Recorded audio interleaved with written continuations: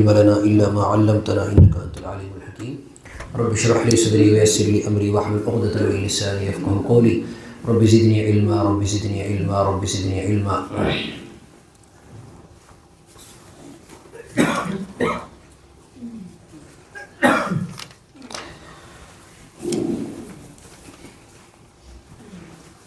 سورہ بقرہ کے اخیر کے حصوں میں کل یہ مضمون آیا تھا کہ اعمال صالحہ یہ ایمان کے لیے ضروری ہے. نیک اعمال ہوں گے تو پھر ایمان کام آئے گا، یعنی ایمان مکمل تبھی ہوگا جب نیک اعمال زندگی کے اندر ہوں گے. اور نیک اعمال زندگی کے اندر کیسے آئیں گے؟ تو بتایا پاکیزہ رزق سے آئیں گے. اگر پاکیزہ رزق انسان کھائے گا تو نیک اعمال کی توفیق ہوگی، اور اگر مشکوک رزق کھائے گا تو نیک اعمال کی توفیق نہیں ہوگی. اس کے بعد نیک اعمال کی کچھ تفصیلات آپ نے سن لی تھی ایک ہی آیت کے اندر. اس کے بعد اب آگے اس کو کھول کر الگ الگ احکامات کو بیان کر رہے ہیں. پہلا حکم آ رہا ہے، چونکہ قرآن پاک اصل میں مختلف مضامین کو مختلف موقع پر اتارتا ہے. جیسے جیسے ضرورت ہوتی رہی، حالات اور واقعات پیش آتے رہے، اس طریقے سے قرآن پاک اترتا رہا. ایک حکم اس کے اندر قصاص کا اترا، یا ایھا الذین آمنوا کتب علیکم القصاص فی القتلی. شریعت کا ایک حکم ہے قصاص. وہ کیا ہے کہ اگر کسی نے کسی کو ناحق قتل کر دیا جس کا کوئی جرم نہیں تھا، اور یوں ہی اٹھ کر اس کو قتل کر دیا، کسی نے کسی کو ناحق قتل کر دیا، تو فرمایا اس کا جرم اتنا بڑا ہے گویا اس نے انسانیت کو قتل کر دیا. لہذا اب اس کو ایسی سزا دی جائے کہ جو 1000 قاتل اپنے قتل کا پلان بنا کر بیٹھے ہوئے ہیں وہ اس سزا کا سوچ کر بھی کانپ اٹھیں اور ایسا جرم دوبارہ نہ کریں. ویسے آپ یہ سزاؤں کے جو مضامین ہیں ان کو کہتے ہیں حدود. اللہ کے حدود جو اللہ نے سزائیں جرائم پر بیان کی، جیسے شراب پینے کی سزا، جیسے وہ ہے قرآن پاک، جیسے زنا کی سزا، بدکاری کی سزا، اسی طریقے سے کسی کو قتل کرنے کی سزا. مختلف سزائیں قرآن پاک میں آئی ہیں آگے. اب سزا، پہلی بات تو یہ سمجھنا چاہیے کہ سزا کا مقصد کیا ہوتا ہے. سزا کا مقصد کیا ہے؟ جرم کو روکنا. سزا کا مقصد، کوئی بھی سزا دینے کا مقصد کیا ہے؟ جرم کو روکنا. مجرم اتنا اہم نہیں ہوتا جتنا اہم جرم ہوتا ہے. سزا اس لیے دی جاتی ہے تاکہ وہ جرم ختم ہو جائے. یہ ہے اصول کس کا؟ اللہ کا. اور دنیا والے کیا کرتے؟ دنیا والے بھی اپنی سزاؤں کے قانون بناتے، اور دنیا نے بنا رکھے ہیں مختلف قوانین. وہ ایسی سزائیں ہیں جس سے حکومتوں کو فائدہ ہو، جس سے عوام کو کم فائدہ ہو، اگر ہونا بھی ہو تو ہو نہ پائے. اب اس کو دیکھیے کیسے. مثال کے طور پر شریعت نے حکم دیا کہ اگر کسی نے کسی کو قتل کیا تو اس کی سزا یہ ہے کہ بدلے میں اس کو قتل کر دیا جائے. اب دنیا اگر عقل سے سوچے تو یہ کہے گی عجیب آدمی ہے، پہلے ایک قتل ہوا، ایک کی جان گئی، اب اس کے بدلے دوسرے کی چلی گئی. تو بظاہر یہ اب انسان کی عقل میں نہیں آ رہا، لیکن اس لیے نہیں آ رہا کہ انسان اپنی عقل کا استعمال نہیں کر رہا. قرآن نے اس کے جواب میں کیا کہا؟ فرمایا وَلَكُمْ فِي الْقِصَاصِ حَيَاةٌ يَا أُولِي الْأَلْبَابِ. اے عقل والو، قصاص میں، قتل کے بدلے قتل میں زندگیاں ہیں. حالانکہ ہو کیا رہا ہے؟ ایک زندگی جا رہی ہے ایک اور، لیکن قرآن کیا کہنا؟ گئی نہیں، زندگیاں ہیں اس میں، بچی ہے زندگی. کیسے؟ اس لیے کہ اگر ایک انسان کو قتل کے جرم میں قتل کر دیا جائے گا تو بہت سارے وہ لوگ جنہوں نے قتل کے پلان بنائے ہوئے ہیں وہ قتل کرنے سے کیا ہو جائیں گے؟ باز آ جائیں گے. اور یہ چھوٹی موٹی جو سزائیں ہیں، بس آج قتل کر کے جیل گیا، ضمانت دی اور چلو جی گھر. اب قاتل بھی باہر اسی طریقے سے گھوم رہا ہے اور مقتول کو کوئی پوچھنے والا نہیں. اور وہ جو سزا ہے اور وہ جو رقم، وہ جو ضمانت ہے، وہ کس کے کھاتے میں گئی؟ اور جو وہ گئی حکومت کے کھاتے میں. مقتول کو کیا ملے گا؟ کچھ نہیں ملے گا. مقتول کے وارثین کو کیا ملے گا؟ کچھ نہیں ملے گا. شریعت نے فرمانا قاتل کو قتل کیا جائے، اور اگر ایسا قتل ہے جو غلطی سے ہو گیا ہے تو مقتول کو اس کی دیت دی جائے. 100 اونٹ اس کی دیت میں دیے جائیں، 100 اونٹ. وہ رقم کس کو ملے گی؟ مقتول کے گھر والوں کو ملے گی. اور دنیا کے قوانین میں کیا ہوتا ہے؟ وہ سارا کا سارا کون؟ حکومتیں ہڑپ لیتی ہیں. اس لیے قرآن نے کہا نا، اللہ کے احکامات تو الگ طریقے کے ہیں. وَلَكُمْ فِي الْقِصَاصِ حَيَاةٌ. اور قصاص کے اندر حیات ہے۔ یا اولی الالباب، اے عقل والو، لعلکم تتقون، تاکہ تمہارے اندر ڈر پیدا ہو، تم ڈرو، اللہ کا خوف کرو اور ان جرائم سے اپنے آپ کو باز کر لو۔ پھر اس کے بعد موت کی وصیت کا ایک حکم آیا اور اس کے بعد روزے کا حکم آیا۔ یہاں پر دو حکم ایک ساتھ آ رہے ہیں، ایک پہلے روزے کا آ رہا ہے اور اس کے بعد حج اور عمرے کا آ رہا ہے۔ ذرا توجہ سے بات توجہ ادھر رکھیے۔ پہلا حکم آ رہا ہے روزے کا، دوسرا حکم آ رہا ہے حج اور عمرے کا۔ دونوں کے اندر ایک کامن چیز کو بیان کیا ہے۔ روزے کا حکم آپ کو معلوم ہے، حج کا حکم بھی آپ کو معلوم ہے، حکم نہیں سنیں گے۔ صرف جب قرآن نے یہ حکم دیا ہے اس کے اندر ایک کامن چیز کو بیان کیا ہے۔ کسی بھی عبادت میں کوئی کامن چیز ہے، وہ کیا ہے؟ اصل اس روح کو ڈھونڈنا ہے۔ عبادت کی ایک روح ہے، وہ روح حج میں بھی ہے، وہ روح عمرے میں بھی ہے، وہ روح نماز میں بھی ہے، وہ روح جو ہے روزے میں بھی ہے، وہ روح جو ہے زکوٰۃ میں بھی ہے۔ وہ روح کیا ہے اس کو سنیے۔ یا ایھا الذین آمنوا کتب علیکم الصیام، اے لوگو تم پر روزے فرض کیے، کیوں؟ لعلکم تتقون، تاکہ تمہارے دل کے اندر اللہ کا خوف اور اللہ کی خشیت پیدا ہو۔ بھوکا پیاسا رہنا مقصود نہیں ہے، مقصود ہے اللہ کا قرب حاصل کرنا۔ اور اللہ کا قرب جب انسان روزہ رکھ کے حاصل کرتا ہے اور دعائیں کرتا ہے تو اللہ تعالیٰ نے فرمایا کیسے دعائیں سنتا ہے اللہ؟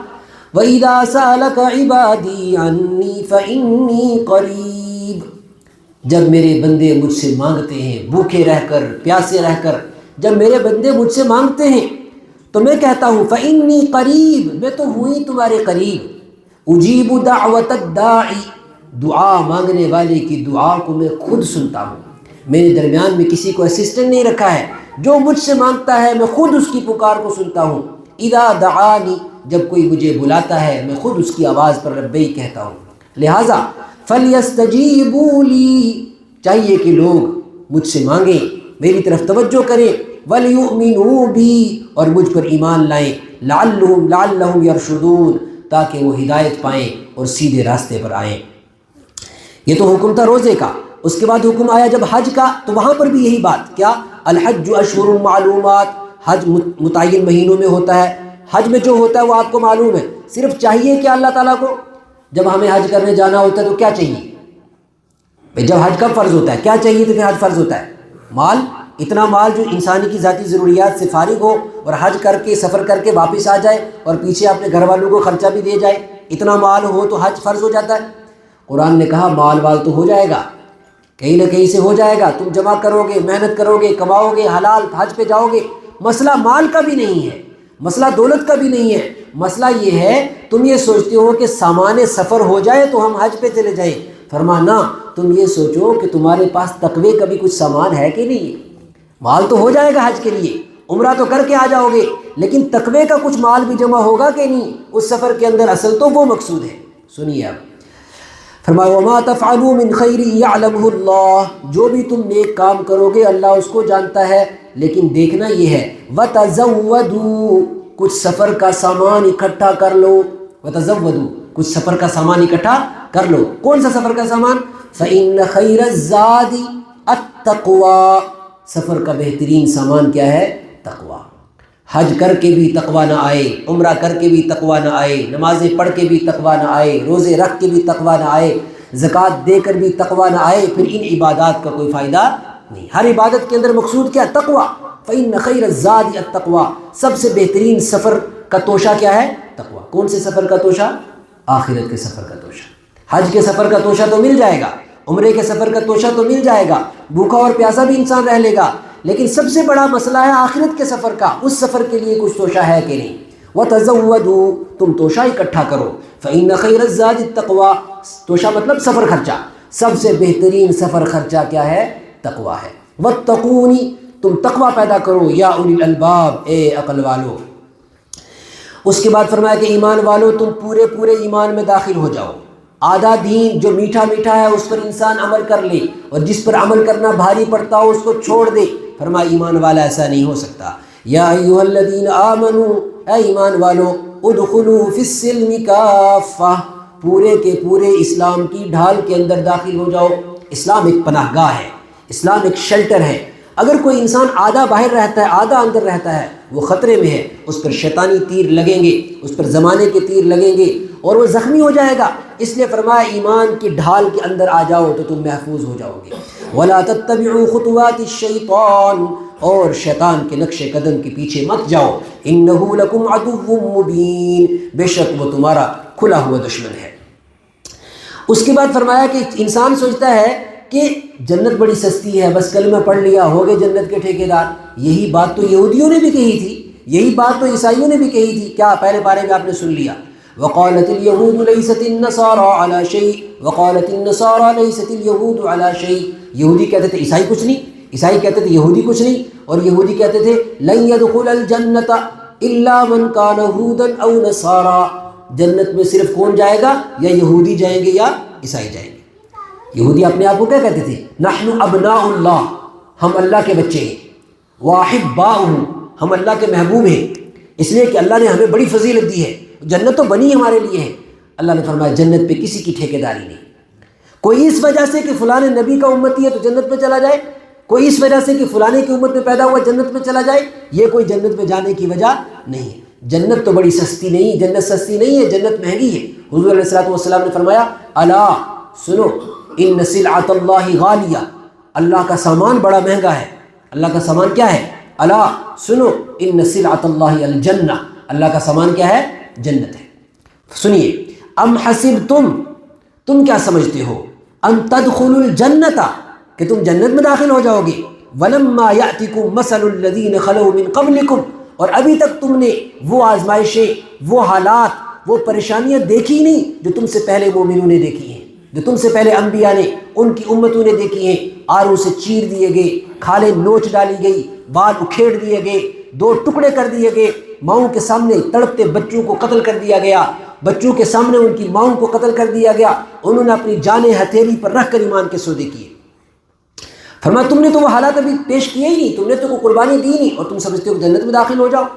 مستہم البأساء والضراء، ان کو تکلیفیں پہنچی، حالات آئے، وزلزلوا، ایسے حالات آئے کہ ان کی زندگیوں میں بھونچال آ گئے، حتیٰ یقول الرسول، یہاں تک کہ رسولوں نے بھی کہا، والذین آمنوا، اور ایمان والوں نے بھی کہا، متی نصر اللہ، اللہ کی مدد کب آئے گی۔ ایسے حالات ان پر آئے، لیکن وہ ثابت قدم رہے، انہوں نے اللہ کا ڈر نہیں چھوڑا، اللہ کا دین نہیں چھوڑا، اللہ کے دین کا مذاق نہیں اڑایا، مکمل طور پر اللہ کے دین کے اندر شامل رہے۔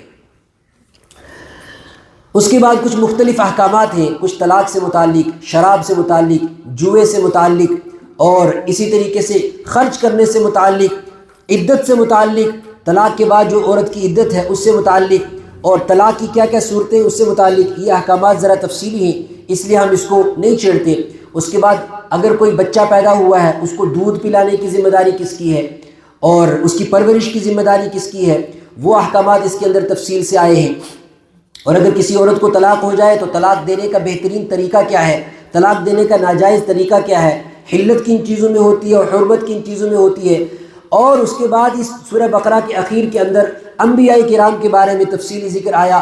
ان سے پہلے ایک مشہور واقعہ، ایک جنگی واقعہ ذکر کیا گیا، طالوت کا۔ ایک بادشاہ تھے، اللہ تبارک و تعالیٰ نے انہیں قوت دی، صلاحیت دی، اور انہیں بادشاہ بنایا، اور چند مومنوں کی جماعت ان کو عطا کی، اور انہوں نے ایک قوم کے ساتھ جنگ کی، اعلاء کلمت اللہ کے لیے، اللہ کے نام کو بلند کرنے کے لیے۔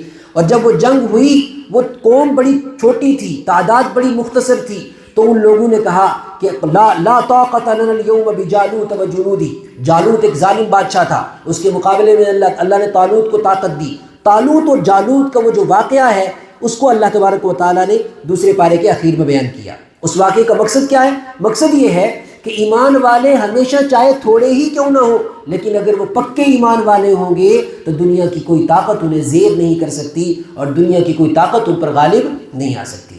وہ قول نقل کیا، فرمایا وہ لوگ جنہوں نے جالوت کی طاقت کو دیکھ کر کہا بہت بڑی طاقت ہے، سپر پاور ہے، اس کا مقابلہ کیسے ہوگا؟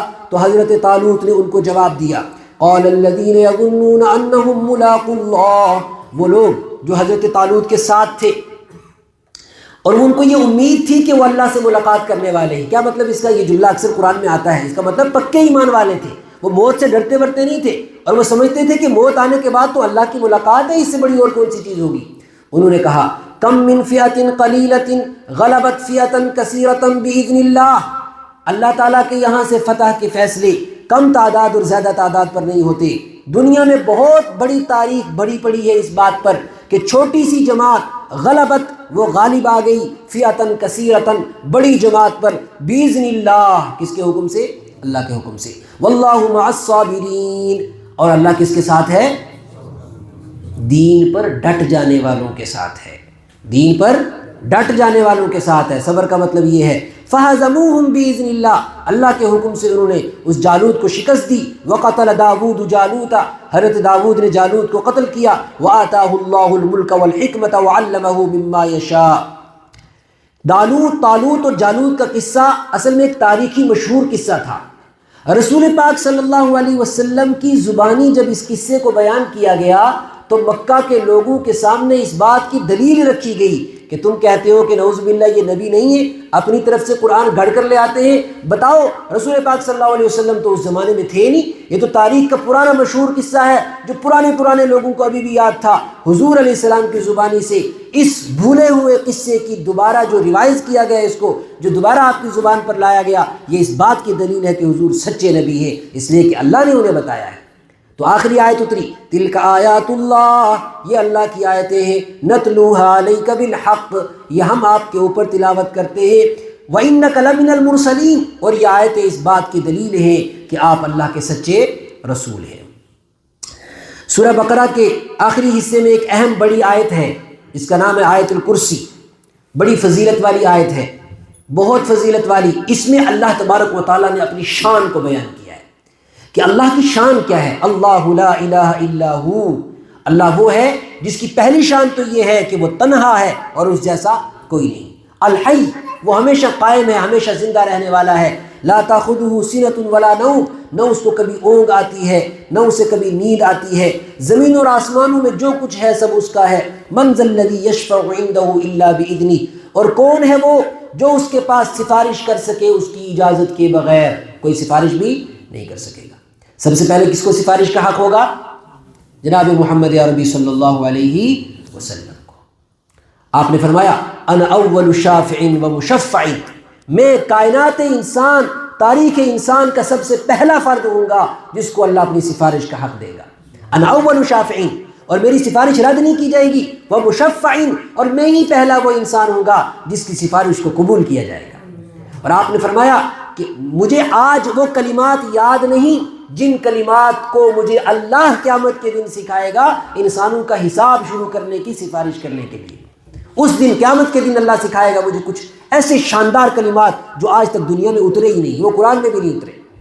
کل قیامت کے دن اللہ حضور صلی اللہ علیہ وسلم کو وہ کلمات سکھائیں گے، ان کلمات سے حضور اللہ کی شان بیان کریں گے اور سر سجدے میں رکھیں گے۔ پھر اللہ تعالیٰ فرمائیں گے یا محمد ارفع رأسک سل تعطا، اے محمد صلی اللہ علیہ وسلم اپنے سر کو سجدے سے اٹھائیے، آپ مانگیے آپ کو ملے گا۔ ایک آپ کی شخصیت ایسی ہے کہ جس کو آج انکار نہیں کیا جا سکتا۔ تو پہلی سفارش حضور یہ کریں گے کہ اللہ انسانیت کا حساب شروع کر دے، انسانیت کا حساب شروع کر دے، اس لیے کہ میدان محشر انسانیت کے اوپر گھٹن پیدا کر رہا ہے۔ سارے انبیاء کرام ایکسکیوز کر دیں گے۔ سب سے پہلے لوگ آدم علیہ السلام کے پاس جائیں گے، وہ بھی عذر پیش کریں گے، حضرت نوح کے پاس جائیں گے، وہ بھی عذر پیش کریں گے، اس طریقے سے دیگر حضرت موسیٰ علیہ السلام کے پاس جائیں گے، وہ بھی عذر پیش کریں گے، حضرت عیسیٰ کے پاس جائیں گے، وہ بھی عذر پیش کریں گے، حضرت ابراہیم کے پاس جائیں گے، وہ بھی عذر پیش کریں گے، حضرت عیسیٰ، اور یہ سارے کے سارے پیغمبر آخر میں جناب محمد عربی صلی اللہ علیہ وسلم کی طرف لوگوں کو پھیریں گے کہ جاؤ، ایک ہی ذات ایسی ہے اسمہ احمد، جن کا نام احمد ہے، جن کا نام محمد ہے، وہ اللہ کے پیارے ہیں، وہ انسانوں کی سفارش کریں گے اور انسانوں کا حساب شروع ہوگا۔ اس کے بعد پھر سفارش کو تقسیم کیا جائے گا، کچھ انبیاء سفارش کریں گے، پھر علماء سفارش کریں گے، حفاظ سفارش کریں گے، صلحاء سفارش کریں گے، شہداء سفارش کریں گے۔ جن کو اللہ سفارش کا حق دے گا صرف وہی سفارش کرنے کے حقدار ہوں گے۔ اسی کو فرمایا من ذا الذی یشفع عنده الا باذنہ، اللہ کے بغیر، اللہ کے حکم کے بغیر اللہ کے انسانوں کی کو چھڑانے کے لیے سفارش کون کر سکتا ہے؟ یعلم ما بین ایدیہم وما خلفہم، اور علم ایسا، پچھلوں کا علم بھی اگلوں کا علم بھی، کیا ہوا تھا وہ بھی جانتا ہے، کیا ہو رہا ہے وہ بھی جانتا ہے، اور آئندہ کیا ہوگا وہ بھی جانتا ہے۔ اور انسانوں کا علم ولا یحیطون بشیء من علمہ الا بما شاء، انسانوں کو صرف اتنا دکھتا ہے جتنا اللہ دکھاتے ہیں، انسانوں کو صرف اتنا آتا ہے جتنا اللہ سکھاتے ہیں۔ وسع کرسیہ السماوات والارض، اللہ کی کرسی وسیع ہے زمین اور آسمانوں کو۔ زمین اور آسمان تو تھوڑے سے، زمین اور آسمان کا جو زاویہ ہے بہت جو پھیلا ہوا نہیں ہے، اللہ کی کرسی اس سے کئی گنا بڑی، اللہ کیا شان ہے اس کی، کیا کیفیت ہے اس کی، یہ اللہ جانتے ہیں، لیکن اللہ نے فرمایا جو بھی ہے کرسی، جیسی بھی وہ مخلوق ہے، اللہ کی کرسی پورے عالم زمین اور آسمان کو گھیرے ہوئے ہے۔ وَلَا يَئُودُهُ حِفْظُهُمَا، اتنی بڑی کائنات کا نظام وہ تنہا چلاتا ہے، اسے کسی مشیر کی، کسی وزیر کی، کسی مددگار کی ضرورت نہیں۔ کیوں تنہا چلاتا ہے؟ اس لیے کہ وہی تو ہے العلی، سب سے بلند، العظیم، سب سے بڑا، اس جیسا کوئی نہیں، لَيْسَ كَمِثْلِهِ شَيْءٌ۔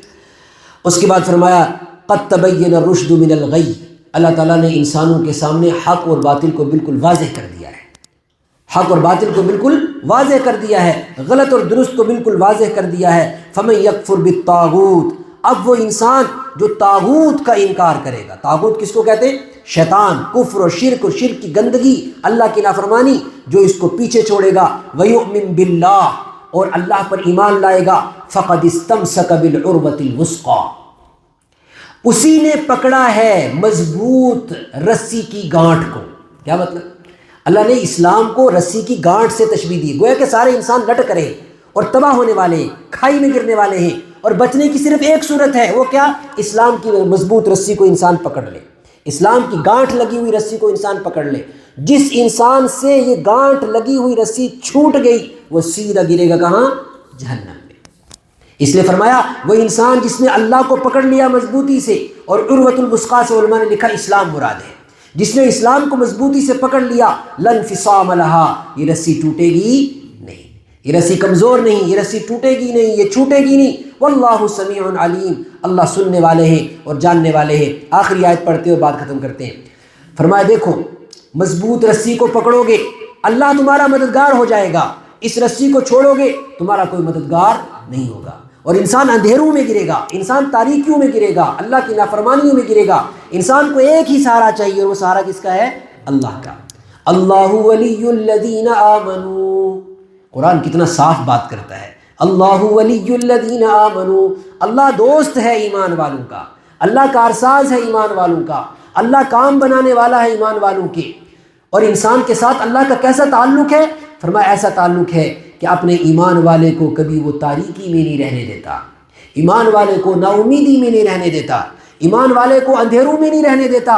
اللہ ایسا ولی ہے، یخرجہم، جو ایمان والوں کو نکالتا ہے، من الظلمات، تاریکیوں سے، الی النور، کس کی طرف؟ روشنی کی طرف۔ لیکن کچھ لوگ ہیں جو اللہ کو دوست نہیں بناتے، اللہ کو محبوب نہیں بناتے، اللہ کو اپنا سہارا نہیں بناتے، وہ طاغوت کو اپنا سہارا بناتے۔ پیچھے بھی آیا طاغوت، وہ بڑا شیطان یا اس کی ذریت، چاہے وہ انسانوں میں سے ہو یا شیاطین میں سے ہو، فرمایا وہ شیطانوں کو اپنا دوست بناتے ہیں، انہیں لگتا ہے کہ دنیا بھی شیطانوں سے چلے گی اور آخرت میں بھی یہی ہمارے کام آ جائیں گے۔ فرمانا والذین کفروا، وہ لوگ جنہوں نے کفر کیا، رب کا انکار کیا، اولیاؤہم الطاغوت، ان کے دوست طاغوت ہیں، شیطان ہیں، یخرجونہم من النور الی الظلمات، وہ اس کا الٹا کرتے ہیں، وہ کیا کرتے ہیں؟ وہ روشنی سے کھینچ کر لاتے ہیں اور تاریکیوں میں گھساتے ہیں۔ اولئک اصحاب النار، یہ جہنمی ہیں، ہم فیہا خالدون، اور یہ جہنم میں ہمیشہ رہیں گے۔ اللہ تبارک و تعالی ہمیں قرآن پاک کو سمجھنے کی، عمل کرنے کی توفیق عطا فرمائے۔ وآخر دعوانا الحمدللہ رب العالمین۔